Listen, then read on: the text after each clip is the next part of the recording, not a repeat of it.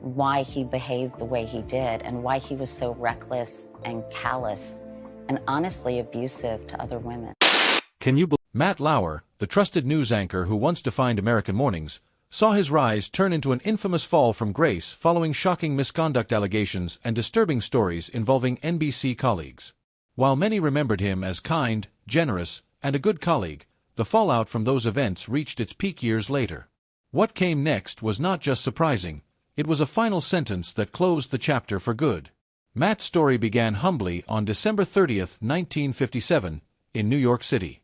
His early life was influenced by a blend of creativity and business. His mother, Marilyn, owned a boutique, while his father, J. Robert Lauer, worked as an executive in the bicycle industry. This mix of entrepreneurship and corporate experience subtly shaped Matt's future path in media. Raised in Westchester County, New York, Matt moved frequently between places like Chappaqua and Hartsdale. Though he wasn't brought up in a particular religious tradition, his father's Romanian Jewish heritage later sparked Matt's curiosity about spirituality, especially when he began thinking about marriage and family life. Growing up, Matt experienced both suburban and urban environments, which gave him a broader perspective, something that later enriched his reporting style. One unique memory from his childhood was living next door to Tom Carvel, the man behind the famous ice cream chain.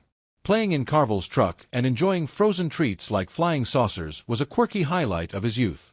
Through all the change, Matt maintained a deep drive to understand the world and tell its stories, traits that would come to define his journalism career.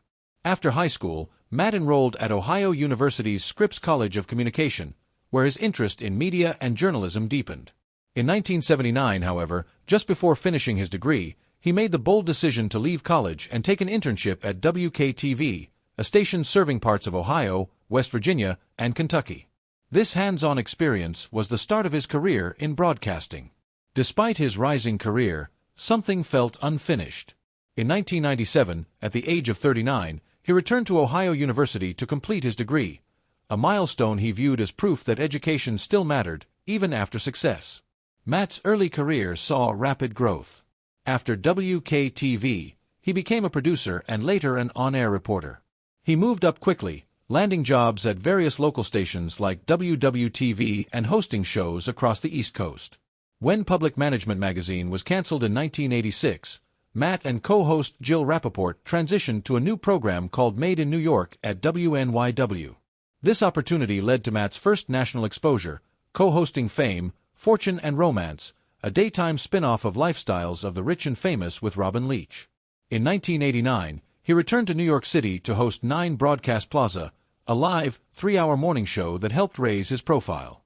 Over the years, Matt hosted various programs and even appeared in films. In 1990, he was hired to host a legal pilot called Day in Court.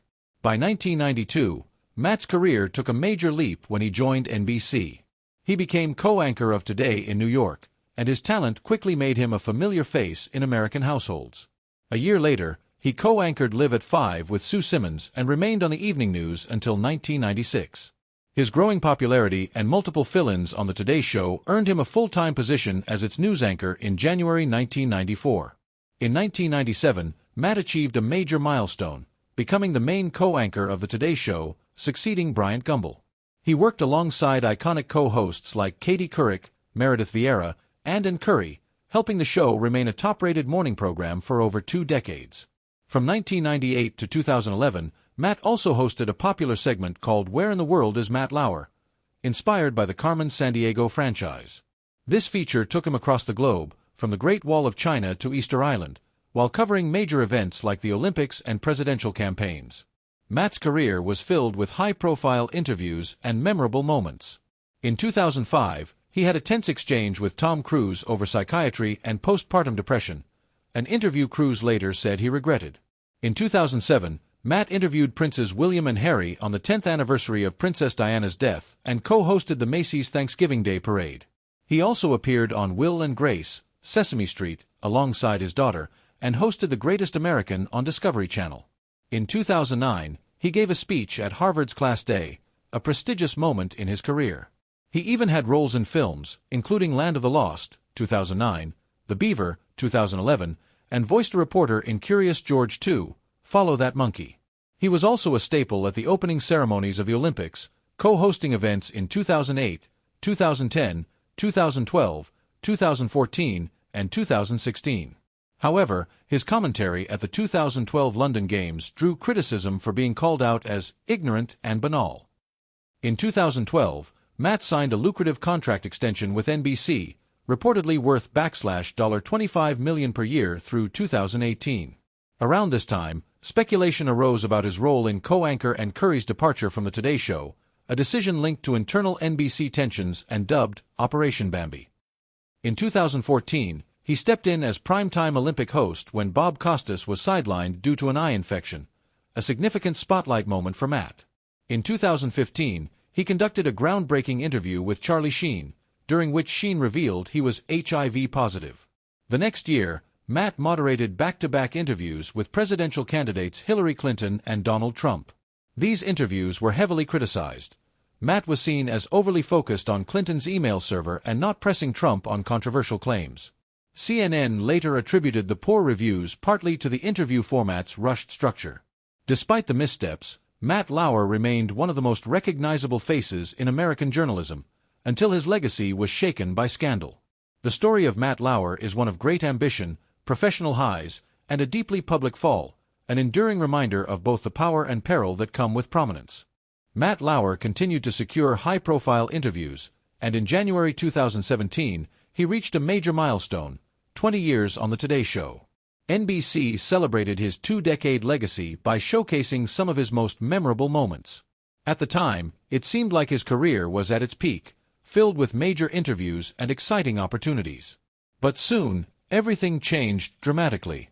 A series of controversies emerged that would forever alter his life and career.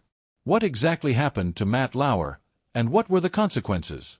4 years, Matt Lauer's long-standing career at NBC had seemed untouchable. He was a familiar face on the Today Show for over 2 decades, widely respected and considered one of the most powerful figures in broadcast journalism. Many believed he might soon start his own show.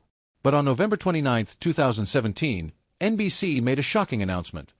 Matt Lauer had been fired as co-anchor of the Today Show. The reason? Allegations of sexual misconduct by a colleague during the 2014 Sochi Olympics, who claimed the harassment continued after they returned to New York. NBC chairman Andrew Lack stated that it was the first formal complaint ever received about Lauer, but added that there was reason to believe it might not be an isolated incident. An internal investigation was launched, and Matt's employment was officially terminated. But the fallout didn't stop there. Shortly after his dismissal, more women came forward with allegations. At least 2 women shared their experiences the same day he was fired. One former colleague claimed Lauer had engaged in inappropriate behavior with her in his office in 2001. She described feeling trapped and ashamed, choosing to remain anonymous when speaking to the New York Times. Another Today Show producer revealed that Lauer had made inappropriate remarks to her since the late 1990s. She shared a disturbing account of being called to his office in 2001 under the pretense of discussing work. Once inside, he allegedly locked the door, asked her to unbutton her shirt, pulled down her underwear, and assaulted her. She said she passed out and woke up on the floor, after which his assistant escorted her to the nurse and they never spoke of the incident again. Additional allegations surfaced, including claims that Lauer had exposed himself to colleagues and given them explicit gifts accompanied by disturbing notes. NBC maintained it was unaware of these incidents until 2017, but this was challenged by former correspondent Linda Vester, who insisted that many within the network were aware of his behavior. Journalist Ronan Farrow echoed this in his 2019 book Catch and Kill, which alleged that NBC had been aware of Lauer's misconduct and suggested that Harvey Weinstein had used this knowledge to pressure the network into silencing stories about himself. Variety reported at least 10 allegations from current and former NBC colleagues.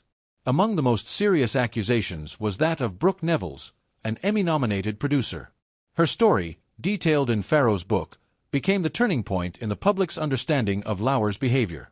Nevils, who had worked at NBC for years and had started as Meredith Vieira's assistant, accused Lauer of assaulting her during the Sochi Olympics. She claimed she was too intoxicated to consent and that he forced himself on her despite repeated refusals. She bled for days afterward and described subsequent encounters with Lauer as transactional, driven by fear and the overwhelming power imbalance. She revealed that she eventually reported the incident to NBC executives in 2017, shortly after the Harvey Weinstein scandal broke. Nevels also detailed other disturbing moments, including one where Lauer offered to record a farewell video for her boyfriend, on the condition that she perform oral sex on him. "I was upset and felt awful," she later said. "I wanted to do something nice, and I had to go down on Matt to get him to film a goodbye video." Speaking out took a massive toll on her mental health. Nevels developed PTSD, attempted to take her own life multiple times, was hospitalized 21 times for mental health and addiction, and lost her career momentum. In response to her claims, Lauer issued a statement admitting that while some of the allegations were untrue or mischaracterized, there was enough truth to make him feel embarrassed and ashamed. However, after Nevels' story became public, Lauer responded again with an open letter denying that their first encounter was non-consensual. He claimed they had a consensual relationship and that Nevels never expressed discomfort. He cited instances of her visiting his apartment and their intimate interactions at work. Nevels saw his response as an effort to shame her and silence her claims, but she stood firm. Her bravery resonated with many other survivors, and she received widespread support. Reports indicated that she eventually received a 7-figure settlement from NBC. Just weeks after Lauer's firing, another former Today Show staffer, Addie Zinone, came forward. She described a consensual relationship with Lauer but emphasized the imbalance of power, stating that she feared rejecting him would hurt her career. The allegations against Matt Lauer marked the beginning of a deeply personal and professional unraveling. His once-admired reputation collapsed, and he became a symbol of workplace misconduct amid the growing #MeToo movement. He faced widespread criticism, lost opportunities in the media industry, and withdrew from the public eye. The consequences extended into his personal life. Though he has not faced criminal charges, the allegations opened the door to potential civil lawsuits and further investigations. His downfall wasn't just career-ending, it shook the foundations of his family life as well. Matt Lauer's personal life had already seen its share of complications. His first marriage to TV producer Nancy Alspaugh lasted from 1982 to 1989, ending without children. In 1997, he met Dutch model Annette Roque on a blind date, and within 5 months, he proposed. They married on October 3, 1998, in Bridgehampton, New York. The couple had 3 children, Jack, 2001, Romy, 2003, and Tejas, 2006. But the marriage was rocky. In 2006, while pregnant with their 3rd child, Annette filed for divorce, accusing. Matt Lauer's personal life began to unravel alongside his professional downfall. His marriage to Dutch model Annette Roque had long been strained, marked by accusations of emotional distress, mental abuse, and humiliation. Annette once filed for divorce in 2006, citing Matt's extreme anger and hostile behavior, but later withdrew the petition, hoping to reconcile for the sake of their children. However, rumors of Matt's infidelity persisted throughout the marriage. In 2016, he publicly denied having an affair with his former co-anchor Natalie Morales, but the constant whispers further eroded trust. Insiders claimed Annette had wanted to leave for years but stayed to protect their children's well-being, choosing motherhood over her personal happiness. Even before the 2017 misconduct scandal broke, sources revealed long-standing issues in their relationship. Matt's charm and reputation as a ladies' man fed Annette's suspicions, and when the scandal finally erupted, confirming her worst fears, their marriage couldn't withstand the blow. In 2018, Annette filed for divorce again, this time following through. By September 2019, their divorce was finalized. She received a reported $20 million settlement and primary custody of their 3 children, Jack, Romy, and Tejas. Matt retained visitation rights and remained involved in their lives, but his personal and professional worlds had both crumbled. The scandal didn't just end Matt's career, it destroyed his reputation and isolated him socially. Friends distanced themselves, and his former co-host Katie Couric's memoir, Going There, deepened the sense of betrayal. Couric shared private messages and criticized Matt's behavior, further damaging his trust in people and making reconciliation with old friends nearly impossible. Publicly, Matt's image as a beloved news anchor had been permanently replaced by that of a symbol of workplace misconduct. Though he hasn't faced criminal charges, he remains unemployable in mainstream media, with the possibility of civil lawsuits still looming. The impact on his family was profound. Annette, humiliated and angry, spent more time away from the spotlight and retreated to the Netherlands with their younger children, Romy and Tejas. Their eldest, Jack, stayed in the U.S. at boarding school. Despite attempts to present a united front for their children, the emotional toll was immense. The divorce was not a sudden decision, but rather the painful conclusion of years of tension, distrust, and betrayal. Public appearances became unbearable for Annette, and by July 2019, she had reached her limit. Matt agreed to a substantial financial settlement, but for Annette, it wasn't about money, it was about peace. The scandal and its public nature deeply affected their children, forcing them to cope with awkward conversations and judgment from peers. Over time, however, they have found ways to adapt and reclaim a sense of normalcy. As for Matt, life after the scandal has been marked by withdrawal and reflection. While some friends initially supported him, that support faded quickly. He retreated from the spotlight, devastated by the betrayal he felt from those close to him, particularly Couric. He sold his Hamptons estate, once a symbol of his success, and has spent extended periods in New Zealand, drawn to its peaceful landscape and anonymity. Although he enjoys the country, he has no plans to relocate permanently, as his current partner, public relations executive Shaman Abbas, remains based in the U.S. Matt and Shaman began dating in 2019 and have kept their relationship private and low-key, a deliberate choice to avoid public scrutiny. Friends say the relationship is strong and steady.